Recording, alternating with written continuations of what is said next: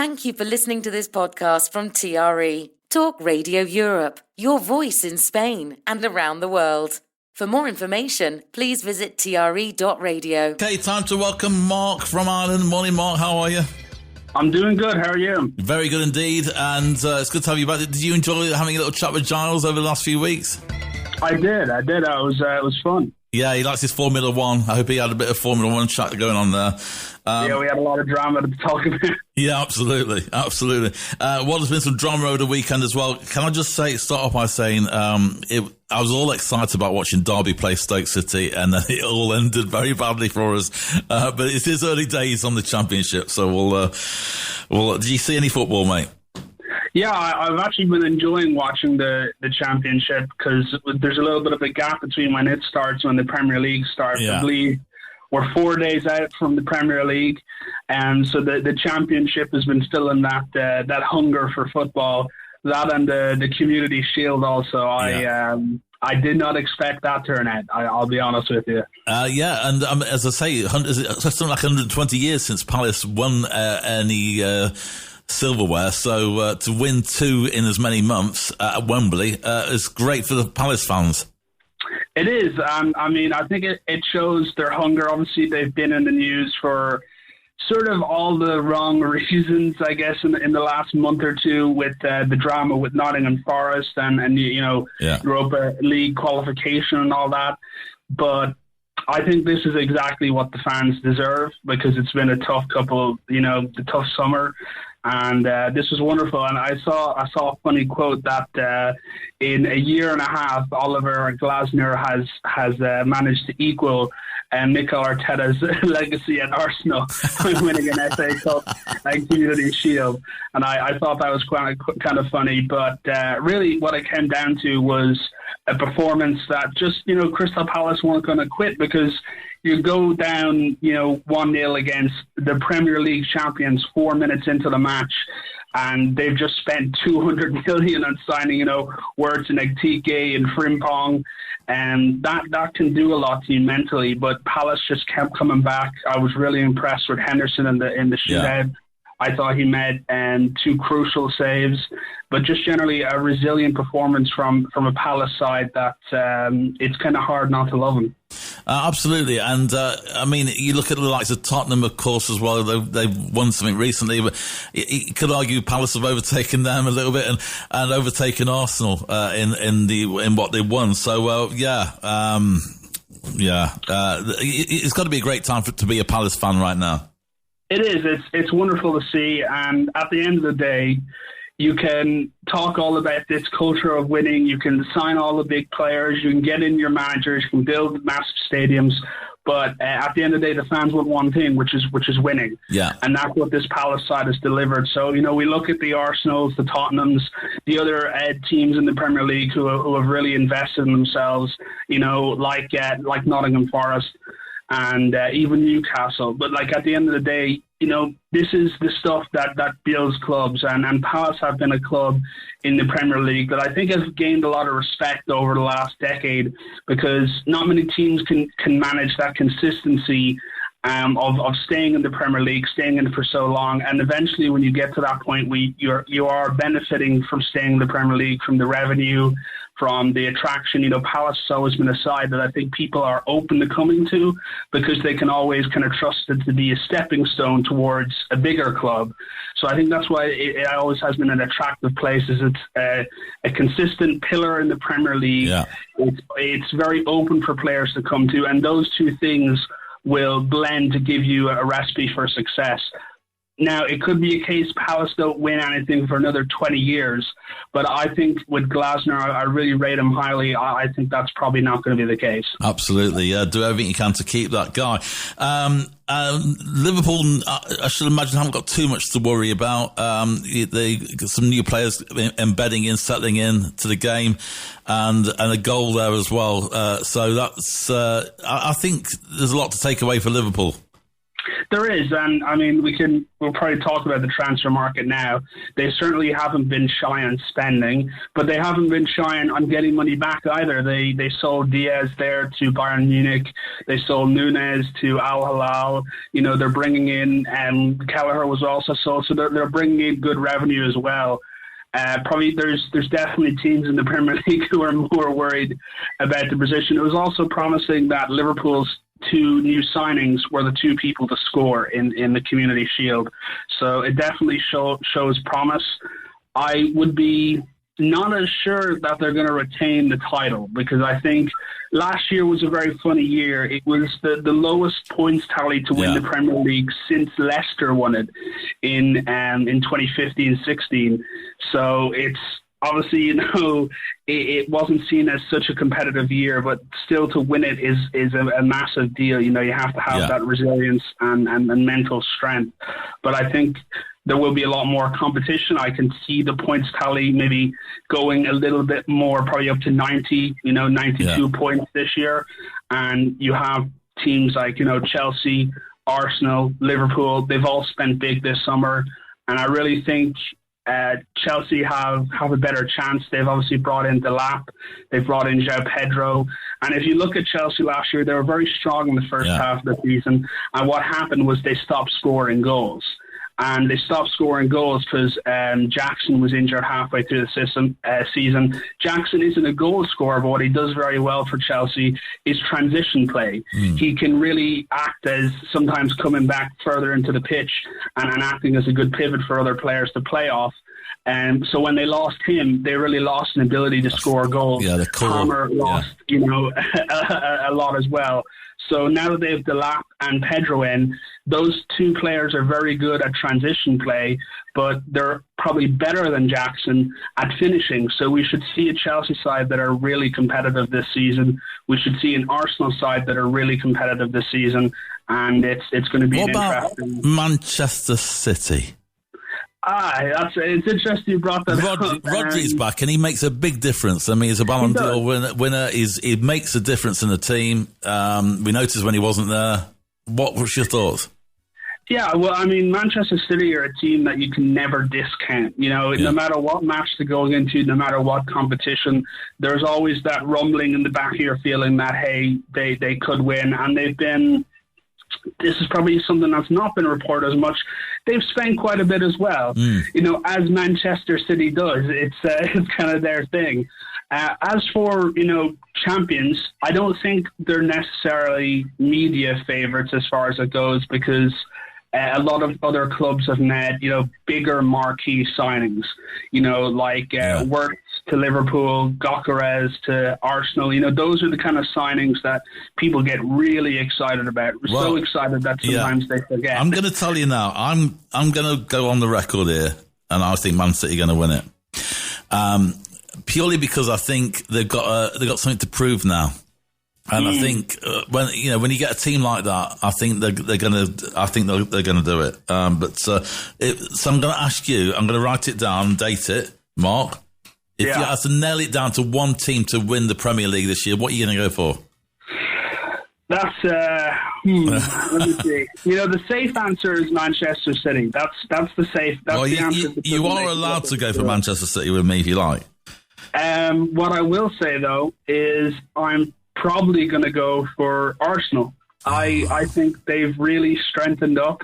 I think we've seen the last 3 seasons, that they're competitors. The one thing I think they lack is, do they know how to win? And that's a funny question, because you're talking about some of the best players in the world.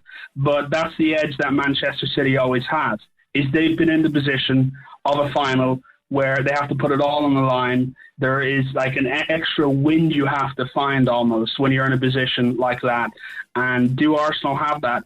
I don't know, but they've certainly made a lot of promising moves in the transfer market, and they still have room for one more. Either Rodri from loan in Real Madrid, and I think if they get him, then I would have to title them my favourites. Yeah, okay. I will maybe ask you next week, so I'm going to give you some time to think about this. Predictions for the Champions League, okay, for next week. Just quickly, before we move on to any other sports, what's your take on Manchester United this year going forward? Well, I've been very worried because everyone is, suddenly very, very hyped and very, very excited with all these signings. And I'm sort of like cautiously remembering, hey, we got 15th.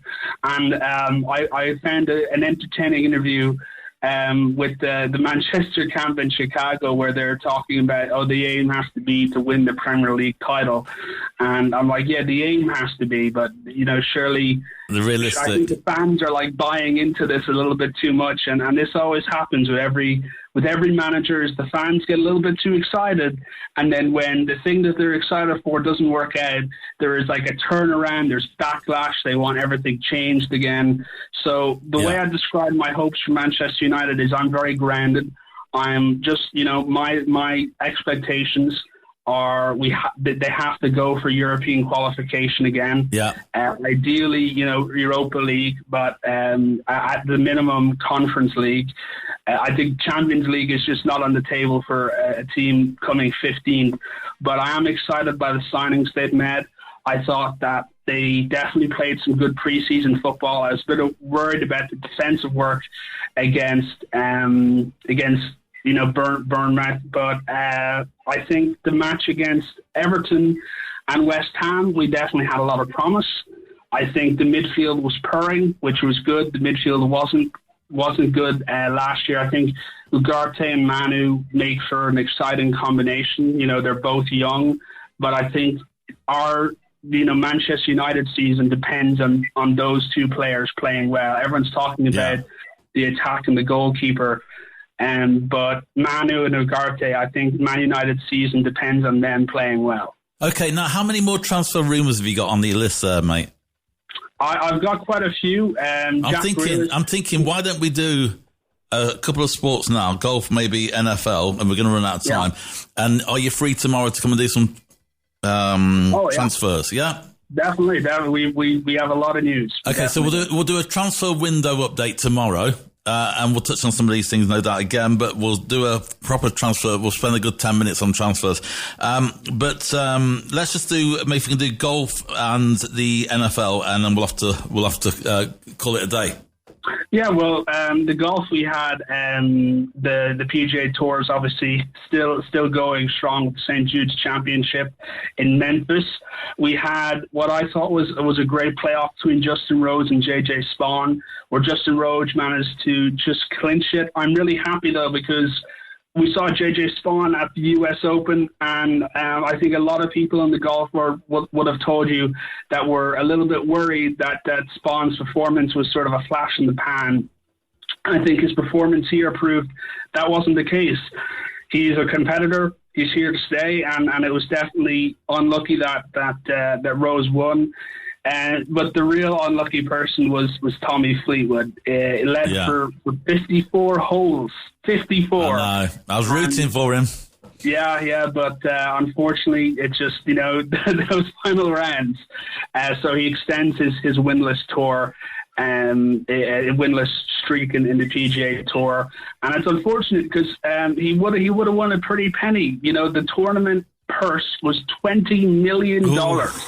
With the winner winning $3.5 million. So when you said that, I just kind of harken back to what you said about Arsenal, about the abilities there and the qualities there, but you've just got to know how to win. Yeah, no, that's it. And the more important thing in the grand scheme is the playoff win would have secured him 2,000 FedEx points, which is massive for the end of the season. Just to give you some perspective, Scottie Scheffler is currently leading with 5,456. Second place is in Rory McIlroy, who's sitting with 3,444. So 2,000 would have brought you right in play with the two best in the world right there. Yeah. Which is unfortunate. McIlroy skipped this to rest, and Scheffler, put in a good performance, but it wasn't his best, and it was sort of hampered by his caddy who had to leave mid-tournament due to a family emergency.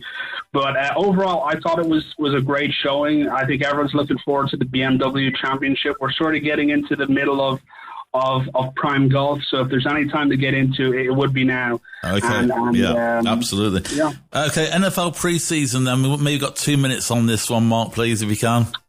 Yeah, well, it's always great to have the NFL season kicking back in the full swing. I have 2 teams that are strong, 2 teams that are weak.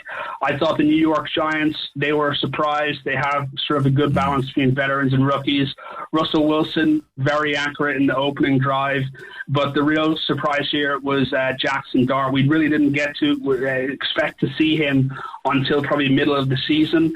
But the bits that we did get to see, 154 yards and a touchdown, was really impressive. Houston Texans are another one. They've got rising talent. Definitely, I was impressed by Braxton Berrios. But unfortunately, I think that their O-line's a little bit fragile. That probably was cemented in their loss to the Vikings. 2 teams I'm worried for is a team that's coming to Spain in the new season, Washington Commanders. Really, it's a case between them and the Jacksonville Jaguars of losing yourself a match. If you can't stay disciplined, if you're giving out, penalties, I believe they gave 13 penalties to the Patriots. And listen, you're giving away points essentially. What about my team, LA Rams? Any thoughts? I thought they were good. I saw them against the Cowboys. I'm always happy to. This might be a popular thing to say. I'm always happy to see the Cowboys lose, but I was impressed with the Rams. I was. Okay. I think always if you always discount the Rams, then you always have a chance of being wrong. That's the way I look at it, because they're always a team that can surprise you. But the Jacksonville Jaguars were another team that I thought was a little bit weak. They lost to the Steelers, but it was another case of them losing themselves the match. They had manhandling penalties, they dropped passes, they missed tackles. So I think the important thing for any team, whether you have the big players or not, is you have to do the basics. Yeah. And the basics are how you win matches. Absolutely. We'll leave it on that one, Mark. Thank you very much, my friend. As always, bringing us up to date with the latest sports roundup. And we will be talking transfers tomorrow on the show as well. And you can catch this on our social medias as well in the next few days. So, Mark, thank you again, mate. We'll speak to you very soon. You've been listening to a TRE production. If you've enjoyed this program, there'll be another episode waiting for you next week, right here on this platform, where you can also access our extensive back catalogue of shows and interviews. For more information on our live programming, social media channels and apps, and how to contact Talk Radio Europe, please visit TRE.radio.